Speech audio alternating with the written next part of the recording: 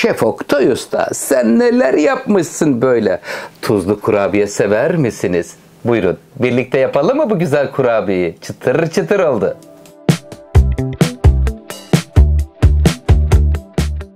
Kıymetli seyircilerim, şöyle çayın yanında, kahvenin yanında ikram edebileceğiniz tuzlu bir kurabiye hazırlayacağım sizler için. Hemen malzeme listesini paylaşıyorum. 3 su bardağı unumuz var.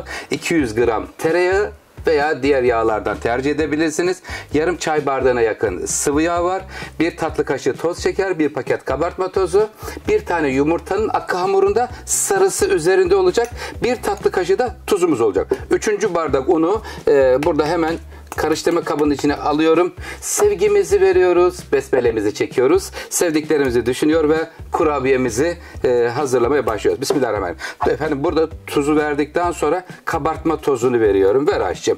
Buraya 1 tatlı kaşığı da toz şeker, tuz, kabartma tozu hepsini şöyle ortadan başlıyorum. Karıştırdıktan sonra şimdi havuzun içerisine yumuşacık tereyağı. Ne kadar yumuşaklık doktor hissederseniz parmağı bastırıyorum. Bastır Ayşem. Görüyor musunuz? Yumuşacık. Pamuk gibi adeta. Oda ısısında beklemiş, yumuşatılmış olan tereyağının üzerine yarım çay bardağına yakın sıvı yağı da veriyorum. Sadece 2 çorba kaşığı buraya sirke veriyoruz. Sirke ne yapıyor? Gevrekliğe yardımcı oluyor. İner misin canım? İndi. Yeterli. Çok fazla olmasın. Hani kokusu olmadan böyle kurabiyenin içinde o gevrekliğini sağlıyoruz. Bir tane yumurta akı gelecek. Ortadan başlıyoruz. Sevgiyle kurabiye hamuru hazırlıyorum. Tuzlu kurabiye sizin için.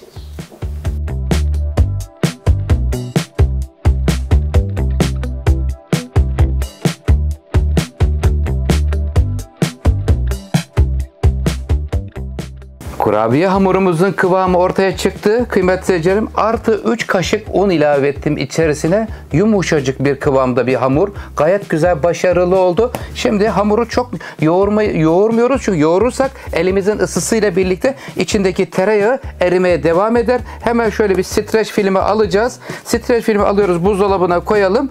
Dinlensin. Yani tereyağı biraz soğuyor. Daha kolay şekil veriyoruz. Kıymetli seyircilerim, lütfen takipte kalın. Şimdi 15 dakika sonra şekil verme bölümüyle devam ediyorum. Lütfen kanalıma abone olursanız çok sevinirim. Sizleri çok seviyorum. Dolaba gönderiyorum. Canım, gider misin?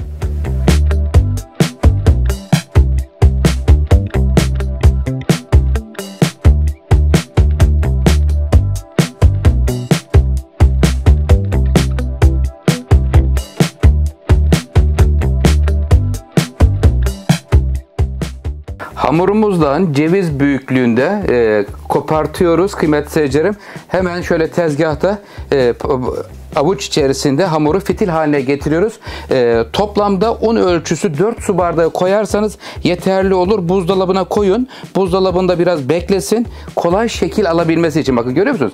Şu şekilde alabildiği, eğer sert olursa, yumuşak olursa biraz daha un ilave edebilirsiniz. Getirir bak. Şöyle uzat fitili açtım. Uzattım. Şimdi şu iki ucu getiriyorum. Bakın, getiriyoruz kıymetli seyircilerim. Şurada simetrisini ayarladıktan sonra şimdi mesela uzun geldi değil mi bu hamur? Bu hiç problem yok. Hemen şuradan şöyle hamurdan çıtlatıyoruz. Evet, kopardık. Şuraları hemen düzeltiyoruz ve buradan sonra yağlı kağıt serilmiş olan fırın tepsisinde yerini alıyor. Bakın, gördünüz mü? Üzerine hemen yumurta sarısını birazcık sıvı yağ ile karıştırdım. Kıymetli seyircilerim, ondan sonra hemen 170 derece fırına göndereceğiz. Ver aşçım üzerine hemen çörek otunu da. Çörek otu, susam, her ikisi de olabilir veya çörek otu da olabilir. Şimdi buradaki hamurla birlikte 24 tane var burada. Ortalama 35-40 taneye çıkıyor benim ölçülerimle kurabiye hamuru. Şimdi ben bu hamuru streç filme saracağım, dolaba koyacağım.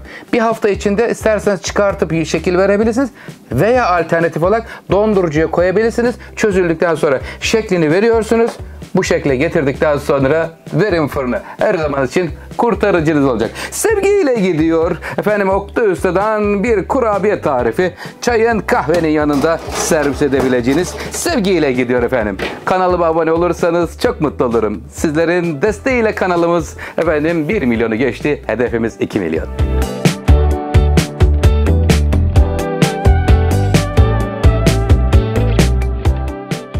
Tuzlu kurabiyelerimiz için son 1 dakika. Güzel kokular geliyor fırınımızdan kıymetli seyirciler. Sizin de inşallah sofranızda bu güzel mutfağınıza kokular olacak. Çayı demledik. Hemen çayları dolduralım.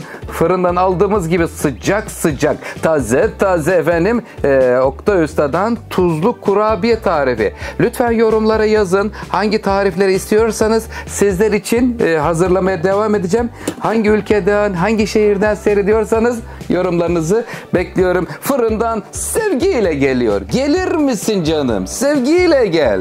Efendim tuzlu kurabiyelerimiz fırından çıkartıyoruz kıymetli seyircilerim. Eğer ki daha fazla kızarmış istiyorsanız biraz daha kızartabilirsiniz. Hemen saatime bakıyorum. 20 dakika oldu şu anda fırından çıkalı kıymetli seyircilerim. Evet, nasıl buldunuz? Beğendiniz mi? Beğendiyseniz lütfen beğeni butonuna basmayı unutmayın kıymetli seyircilerim.